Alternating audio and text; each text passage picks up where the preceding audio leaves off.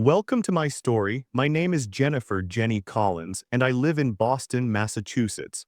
For as long as I can remember, I've felt like the quiet shadow in my own family.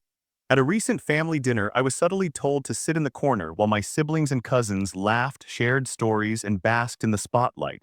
I sat there, the polite smile on my face barely concealing the sting of being overlooked yet again. The sound of laughter and chatter filled the room, but none of it included me. Even in these small moments, I felt the weight of their judgments. My older brother Michael casually made fun of my worn-out shoes, a detail he somehow found hilarious. My mother Susan barely glanced my way, letting the subtle humiliation slide like water over stone. Across the table, my younger sister Emily shot me a sympathetic glance, an unspoken promise that she noticed and cared. As I nursed my drink, a quiet spark of determination flickered inside me. This wasn't just about shoes. This was about respect, about being seen, about proving that I could rise above the mockery and assert my place in a family that had long underestimated me. And in that moment, I silently promised myself I would act, but wisely, with strategy and with precision. The evening air in Boston felt unusually heavy as I stepped into the living room, still reeling from the sting of my family dinner. My older brother Michael didn't waste a second before launching into his usual routine, mocking my old scuffed shoes as if they were a national crime. "Jenny, are those the same shoes from last year? Did they come with a warning label?" His laughter echoed off the walls, a cruel soundtrack to my embarrassment. My mother Susan sat nearby, sipping her wine with an almost imperceptible shrug, giving Michael free rein to belittle me. I caught my younger sister Emily's eyes across the room. Her sympathetic glance was small, but it carried a silent acknowledgement. She saw the unfairness, she felt it too. But that glance, while comforting, didn't stop the humiliation. Later, walking through our neighborhood streets, the scene felt like a mirror reflecting everything I had internalized over the years. Families laughed, children played freely, couples strolled hand in hand, joy so simple and effortless it seemed almost cruel compared to the heaviness pressing down on me. Neighbors passed with polite nods, but in every passing conversation I overheard snippets that cut deep. "She's always so quiet, does she even have her own opinions?" Or, "I don't know why she doesn't try harder like her siblings." Each comment, each whisper seemed to reinforce the weight of being invisible, of being underestimated, of being dismissed. Back in my room, I replayed the evening's events with meticulous attention, analyzing every joke, every glance, every subtle jab. The old sting of humiliation mixed with a rising flame of resolve. I realized that to earn the respect I deserved, I couldn't react impulsively. Every move had to be calculated, deliberate, and strategic. I had to convert frustration into action, embarrassment into empowerment. As I sat on the edge of my bed, memories of past slights surfaced. The school party where Michael mocked my outfit, the family reunion where I was brushed aside, even the small victories that went unnoticed. Each memory became a building block in a mental blueprint, forming a plan that was equal parts patience, cunning, and foresight. This wasn't just about the shoes anymore, it was about proving that I was no longer someone to be overlooked. The quiet determination in my heart solidified. I wouldn't let emotion dictate my actions, but I would let strategy guide me. A subtle but undeniable shift had begun, an invisible line had been drawn, and crossing it would change everything. The first step of my plan was about to take shape, and there was no turning back. After the tension-filled evening, I retreated to my modest apartment in Back Bay, Boston, the familiar space offering me a rare moment of calm. The city lights glimmered through the window, a reminder of the life moving forward outside while I sat surrounded by the quiet of my own thoughts. I reached for my phone and dialed my best friend Clara, the one person who always understood me without judgment. "Jenny," Clara said as soon as she picked up, her voice warm yet practical. "You can't let them walk over you anymore, but you have to be smart, don't act out of anger." Her words resonated deeply. Anger might feel satisfying in the moment, but strategy wins the long game. I nodded to myself even though she couldn't see me. I needed to convert frustration into precise, deliberate action. The next morning, we met at a cozy cafe tucked away on Newbury Street. Steam rose from our coffee cups as Clara and I spread notebooks and sticky notes across the table. Each idea, each memory of humiliation became a potential move. "We need to highlight your achievements," Clara said, pointing to my carefully curated portfolio of freelance projects. "Not boastfully, but subtly. Let the community see your competence without your brother even realizing it." I scribbled furiously in my journal, reliving moments that had hurt me most. The whispered jokes in family gatherings, the eye rolls, the dismissive comments. Each entry transformed into a step of my plan. Social events, local networking gatherings, even small interactions with neighbors, all became opportunities to shift perceptions.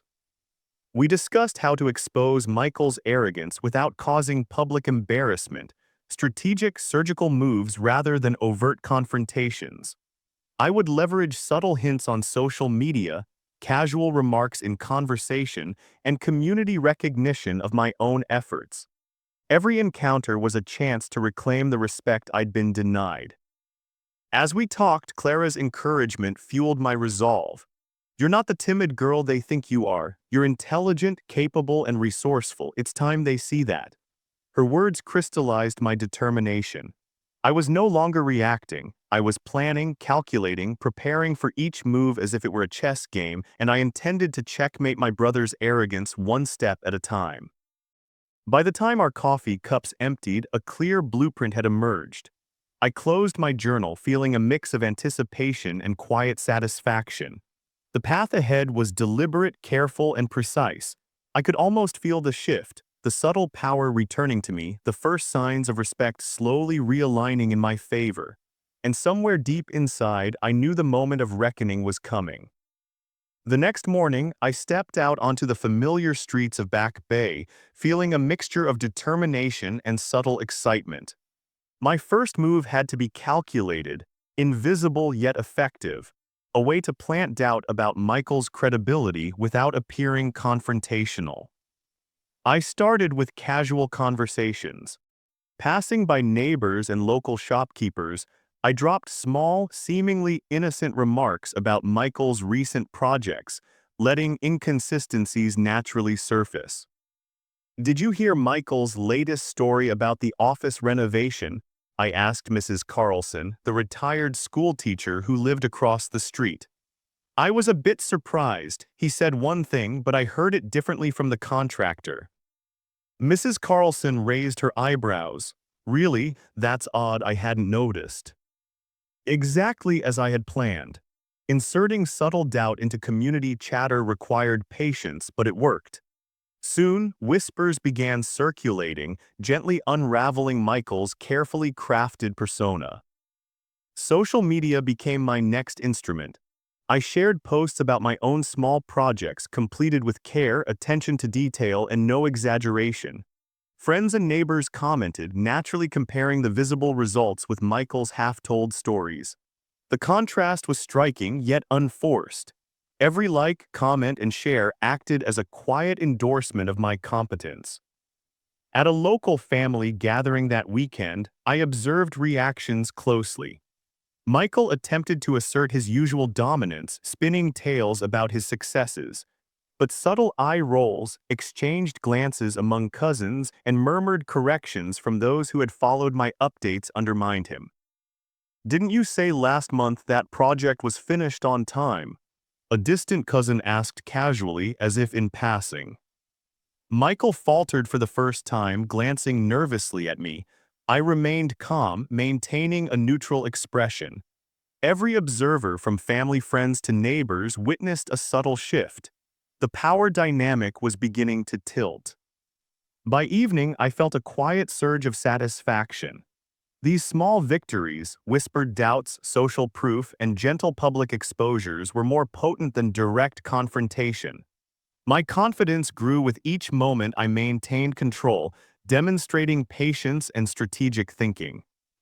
Returning home, I reflected on the day's progress. I realized that subtlety and precision were my greatest allies. The first step had been successful, proving to myself that measured actions could create real impact. Larger moves awaited, and I was ready. The plan was unfolding slowly but deliberately, and for the first time in years, I felt the tide beginning to turn in my favor. Later that week, as I sat in my favorite Beacon Hill cafe, the familiar aroma of freshly brewed coffee mixing with the crisp autumn air, my phone buzzed unexpectedly. The message was from my estranged uncle, Robert, someone I hadn't spoken to in over a decade. His words were simple, almost tentative. "I know what's happening at home. Meet me tomorrow. I think you should hear this." Curiosity mixed with hesitation. Could I trust him? And yet, a part of me, buried under years of frustration and pride, longed for connection, for guidance from someone who understood my family's complexities. The next morning, I walked into the quiet cafe, scanning the familiar tables until I saw him seated in the corner, a steaming cup of black coffee in front of him. Robert looked older than I remembered, his gray hair catching the morning sunlight, eyes holding decades of stories I'd never fully heard. "Thank you for meeting me," he said gently. "I know things have been tense at home, but you need to know you're not alone in this." His words triggered a cascade of memories.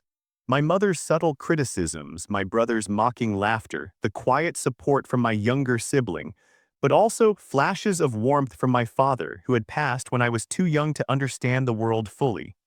Love, guilt, and longing intertwined in a single piercing moment.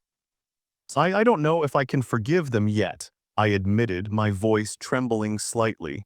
"After everything, it's hard not to let anger guide me." Robert nodded, understanding the weight of my confession.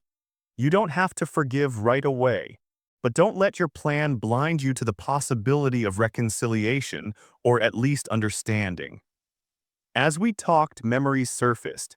Childhood dinners filled with laughter before the family fractures, small moments of care, lessons learned from mistakes. Each memory added layers to my decision-making.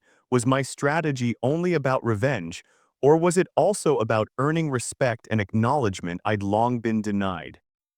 By the end of our conversation, I felt a shift. The path forward remained firm, but my purpose had gained emotional depth. My plan wasn't just tactical, it was personal, a means to reclaim my voice and dignity while navigating the tangled emotions of love, disappointment, and longing. Leaving the cafe, I realized the subtle power of perspective. I could balance revenge with humanity, assertiveness with empathy. Each step I took now carried not only strategy but also heart, making my journey more relatable, more human, and infinitely more compelling. The audience watching this internal struggle unfold could feel the tension, rooting for both justice and emotional truth. By the following week, I knew subtlety was my greatest ally. Every action had to be measured, every conversation a calculated move. I began with my professional network, reaching out to former colleagues, industry contacts, and friends who had always respected my insight. Through discreet messages and private calls, I highlighted my achievements and capabilities, making it clear that I was no longer the overlooked figure I once appeared to be. In my small home office overlooking Boston Harbor, I spent hours strategizing. Social media became a quiet battleground, posts showcasing my expertise, subtle updates about ongoing projects, and carefully worded achievements that reached the right eyes. Each post was a reminder that competence, not entitlement, defined value. Legal advice also became part of my arsenal. I consulted with an experienced family business attorney, not to initiate conflict, but to understand my rights and options. Every document reviewed, every clause noted, added a layer of security and confidence. I was learning to protect my interests without raising alarms, my moves invisible but effective. Tensions began to surface during casual family encounters. At a local market, I ran into my mother and brother. Small talk was strained. They tried the familiar tones of condescension, but I met them with calm, controlled responses. Subtle comments, politely correcting misinformation, planting seeds of awareness. They were noticing the change, and it unsettled them. Even within private moments at home, my younger siblings sensed the shift. "You're different," they whispered one evening, eyes wide with admiration. "It's like you're finally seeing yourself as we always did." That quiet acknowledgement reinforced my resolve. Each action, each strategic engagement, compounded into a visible transformation. Neighbors who had once dismissed me now sought my opinions. Casual conversations revealed whispers of surprise at my growing presence in both professional and social circles. The timid woman they once overlooked was emerging as someone deliberate, intelligent, and unshakable. By the end of the week, I could feel the tension thickening. My brother's arrogance began to crack. My mother's subtle critiques were tinged with uncertainty. Every carefully executed step built toward the inevitable confrontation, and the suspense was palpable. The audience following my journey could sense the rising stakes. They knew the payoff would be dramatic, and every calculated move made them lean forward in anticipation. I walked through Commonwealth Avenue that evening, crisp autumn air filling my lungs, and I realized this wasn't just about revenge anymore. It was about reclaiming respect, demonstrating capability, and asserting my presence in a world that had long underestimated me. Every subtle action now carried weight, and the path to confrontation had never been clearer. The day of the family gathering arrived with a crisp autumn breeze sweeping through Boston's Back Bay. I entered the room confident and composed, every step deliberate, every gesture controlled.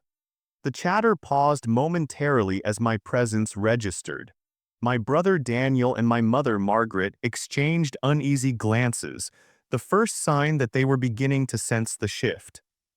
"Welcome, everyone," I began, my voice calm but carrying a tone that demanded attention. "For those who don't know me well, I'm Claire Jenkins, and today I'd like to address some things that have been overlooked for far too long." There was a murmur among the extended family and neighbors, curiosity and tension rippling through the room. Daniel's smug smile faltered. "Claire, what is this about?" he asked, though his voice carried a hint of nervousness. I met his gaze steadily. "It's about respect," I said, letting each word land. "For years, I've been dismissed, mocked, and ignored. Subtle remarks, jokes at my expense, assumptions that I'm incapable, these are not just small grievances. They reflect how my contributions, my presence, and my intelligence have been underestimated." Margaret's eyes flickered with guilt. She opened her mouth but closed it again, unsure how to respond. I continued, pacing slightly but maintaining my poise. "Daniel, you have been told in front of family and neighbors that I am not enough. Yet here I stand, having proven through actions, strategy, and perseverance that I am more than capable of asserting my place, without anger, without chaos, but with intelligence and composure." Neighbors leaned forward, exchanging whispers, some nodding subtly in approval. Friends who had supported me over the years could sense the culmination of my careful planning. My words hit like measured strikes, factual, emotional, and undeniable.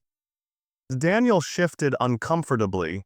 You've changed," he said, almost a whisper. "Yes," I replied, "and it's time for acknowledgement. Not just for my sake, but for the family's integrity. Mutual respect is not optional, it's essential." Margaret finally spoke, voice trembling. "Claire, I see now, I should have listened. I should have valued your strength, your intelligence, and your efforts." The room softened, the tension gradually releasing as my younger sibling, Emily, smiled in quiet pride. I had achieved more than I expected. A balance of confrontation and respect, exposing past injustices while preserving dignity. As I glanced around, the audience, the neighbors, friends, and family could feel the shift. My strategy, developed over weeks of careful planning, had paid off. The once timid woman was now commanding the room, her confidence undeniable. The climax of this long journey wasn't about humiliation. It was about demonstrating strength, intelligence, and self-respect, leaving no room for underestimation in the future. By the end, Daniel and Margaret had no words left to undermine me. The room acknowledged it silently, the rightful place I had claimed, not through anger, but through strategy and unshakable confidence. The morning after the confrontation, the house felt different. The tension that had weighed heavily for years seemed to lift, replaced by a quiet acknowledgement of the changes that had taken place.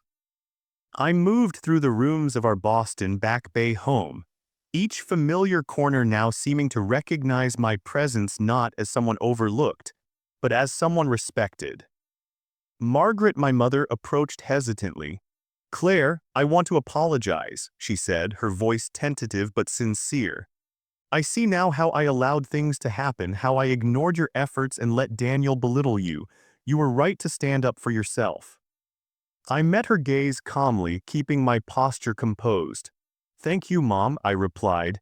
"It's not about blame anymore, it's about understanding and respect. That's what I wanted, not humiliation." Daniel lingered in the hallway, shoulders slightly slumped, his usual arrogance softened by realization. "Claire, I misjudged you," he admitted. "I didn't see your dedication, your insight, or your capability. I'm sorry for everything." I nodded, acknowledging the sincerity in his tone. "Apology accepted. Let's move forward understanding each other better." From the staircase, Emily, my younger sister, watched with a proud smile. Her quiet support had been my anchor throughout, and now her eyes conveyed the pride and admiration I had hoped for. "I knew you could do it," she whispered, as if speaking only to me, her words filling me with warmth. Outside, the neighborhood seemed to mirror the shift within the house. Neighbors who had once dismissed my presence now greeted me with subtle nods of recognition. Friends who had quietly supported my journey celebrated with small gestures, acknowledging the victories I had worked so diligently to earn. Each interaction reinforced the balance I had achieved: assertiveness paired with dignity, revenge tempered with compassion. Walking through the streets later that day, I felt a profound sense of closure. The balance between confrontation and empathy, strategy and respect had been maintained. My family, my friends, and even the wider community recognized the transformation, not just in my circumstances, but in me as a person. The experience left me stronger, wiser, and more confident. I had claimed respect without tearing down others, proving that true empowerment comes not from vindictiveness, but from measured action, intelligence, and self-assurance. The audience observing these moments could feel the emotional satisfaction, a resolution earned through patience, strategy, and unwavering integrity. The late afternoon sun cast a golden glow over Boston Common, and I walked slowly along the familiar paths, each step echoing the journey I had endured over the past months. The crisp autumn air seemed to carry away the lingering weight of past humiliation, leaving only clarity and a newfound sense of purpose. I paused near the make-way for duckling statue, watching children chase each other in carefree laughter. A flashback surfaced, my own childhood, moments when I had been overlooked, silenced, or mocked. Each memory had been painful, but now I saw them through a lens of strength. Those experiences had shaped me, taught me patience, resilience, and the art of measured action. Sitting on a nearby bench, I called Emily. "It's strange," I said, "how much I've learned about myself while trying to be respected by others." Her voice, calm and warm, responded instantly. "You've grown, Claire, not just in how others see you, but in how you see yourself. That's what matters most." I smiled, realizing the truth in her words. My strategy had never been only about exposing Daniel's arrogance or reclaiming my place in the family. It had been about discovering my own power, understanding the value of thoughtful action, and embracing my self-worth. Each calculated move, every small victory, had strengthened me in ways I hadn't anticipated. Walking past Boston Public Garden, I reflected on how subtle changes in perception can shift entire dynamics. The once dismissive neighbors now greeted me with respect. Friends who had quietly supported my journey were proud of my perseverance. Even within my family, the air felt lighter, conversations more genuine, and relationships balanced with understanding rather than hierarchy. I paused to gaze at the Charles River, its calm surface reflecting the fading sky. Life, much like the water, flows continuously, sometimes turbulent, sometimes serene, but always moving forward. I had learned to navigate it with patience, intelligence, and courage. As I made my way home, I knew this chapter had closed, but my story was far from over. There would be new challenges, new opportunities, and perhaps new conflicts. But now I faced them with confidence. My journey from overlooked and underestimated to empowered and respected was a testament not only to strategic action but to personal growth. The audience witnessing these reflections could sense closure and satisfaction, yet also the lingering potential for new narratives. A story resolved yet alive, one that left them reflecting on patience, resilience, and the power of self-belief. The sky above Boston was painted with hues of orange and pink as the sun slowly descended beyond the skyline. I stood on the balcony of my apartment, taking in the view, feeling a sense of calm I hadn't experienced in months. The city buzzed below, unaware of the quiet triumphs and battles that had shaped my journey. I took a deep breath, reflecting on everything that had transpired: Daniel's arrogance, the subtle judgments from my family, the small victories I had achieved, and the lessons I had learned. The quiet streets reminded me of the patience required to change perceptions, not just of others, but of myself. Every challenge, every calculated step had led to this moment of empowerment. Turning back into the apartment, I noticed my journal on the table, filled with strategies, reflections, and reminders of my resilience. Each page told a story of growth, courage, and the unwavering resolve to claim my dignity. I ran my fingers over the entries, feeling a deep satisfaction, proof that persistence and thoughtful action could transform even the most dismissive environment.